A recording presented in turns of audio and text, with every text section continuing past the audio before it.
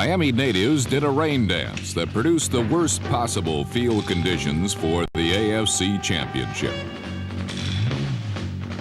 The muck and mire dictated a day made for defense, and in this new NFL era of space-age offense, the game was a throwback to those horse and buggy days of the late 60s and early 70s.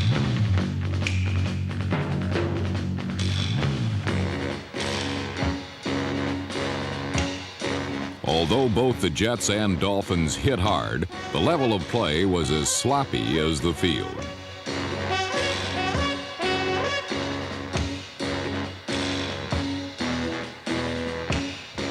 This was a game that would turn on breaks and mistakes, not great plays. And for one team, Super Bowl dreams would die in the rain and mud of the Orange Bowl.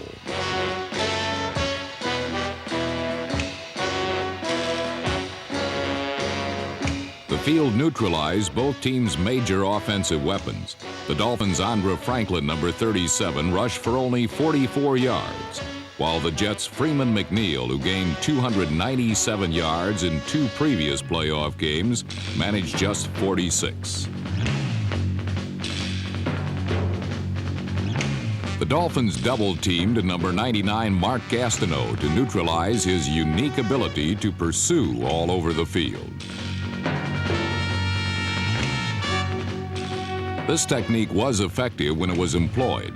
When it was not, even a quick quarterback like David Woodley was easily tracked down by the all-pro defensive end.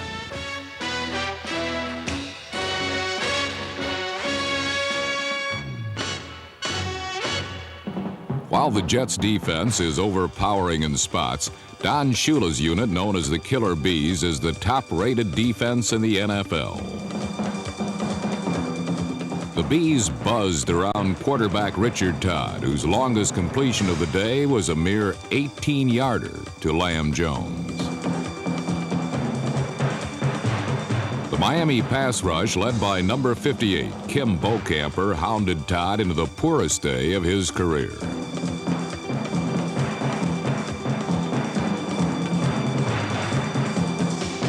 The Dolphins' intricate zone defense rattled the Jet quarterback, whose forced throws yielded 5 interceptions.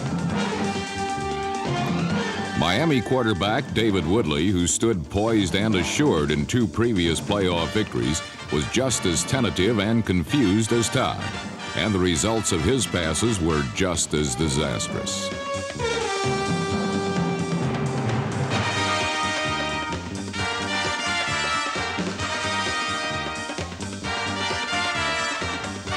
Woodley threw 2 interceptions in the first half, the second one killing the only legitimate scoring opportunity either team enjoyed in the first 30 minutes.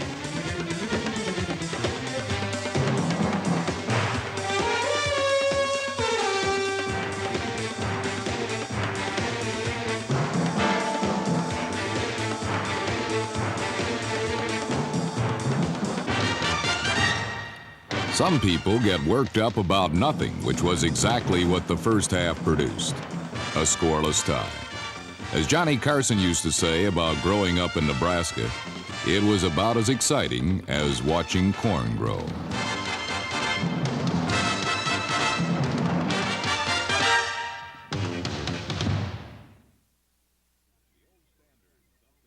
The old standard, "Something's Got to Give," would have been an appropriate tune to play as the second half began.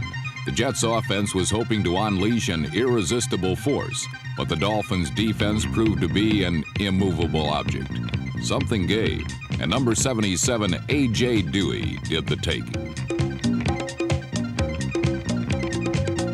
Dewey's interception put the Dolphins in business on the New York 48-yard line, but it looked like their business was doomed to failure when number 37, Andre Franklin, fumbled the ball.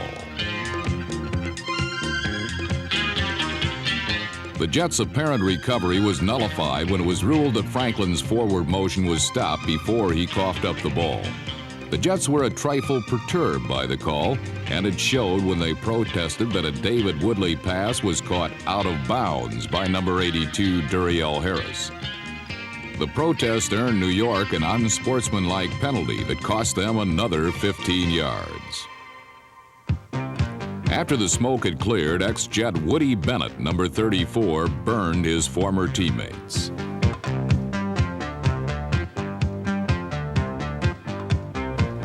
Bennett's 7-yard run up the middle provided the game with its long overdue first touchdown, and it gave Woody an opportunity to demonstrate that his playing days near the Great White Way had well prepared him for the proper reaction to the spotlight.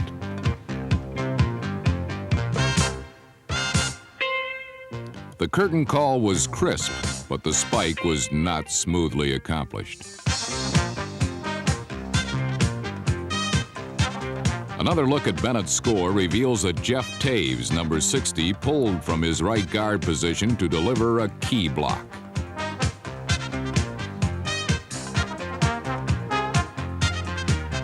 Miami had drawn first blood from a Jet defensive unit stocked with highly publicized performers. By contrast, the Dolphin defense has toiled in virtual anonymity during the year.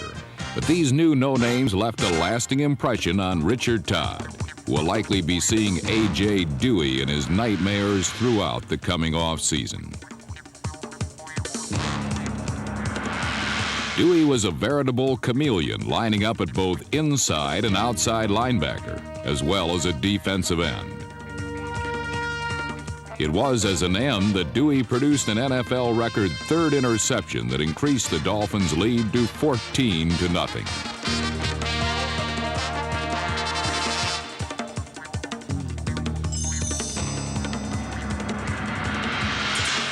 Dewey's 35-yard scoring run came early in the fourth quarter, but while time was running out on the Jets, their defense played with the same kind of intensity they had shown throughout the game. Woodley learned the hard way that it takes more than a 2-touchdown lead to close down the sack exchange.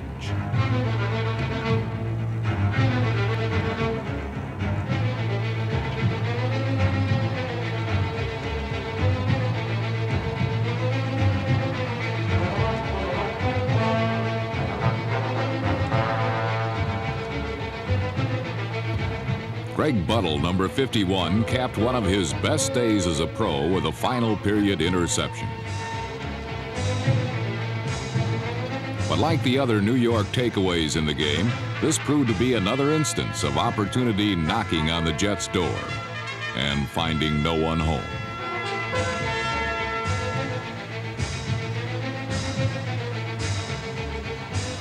The Killer Bees continued to sting Todd. And when he threw his record-tying 5th interception, it was abundantly clear that he was not destined to solve the myriad of problems posed by Miami's defense.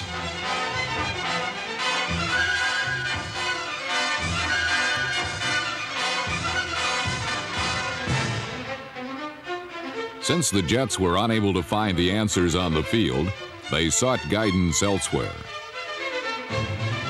But there were no last-minute miracles forthcoming. The Dolphins ended the game with a 14-0 victory that gave them their first AFC championship since 1973. The confident hometown folks who had these T-shirts made up early obviously knew beforehand that something's got to give the Dolphins a berth in Super Bowl XVII.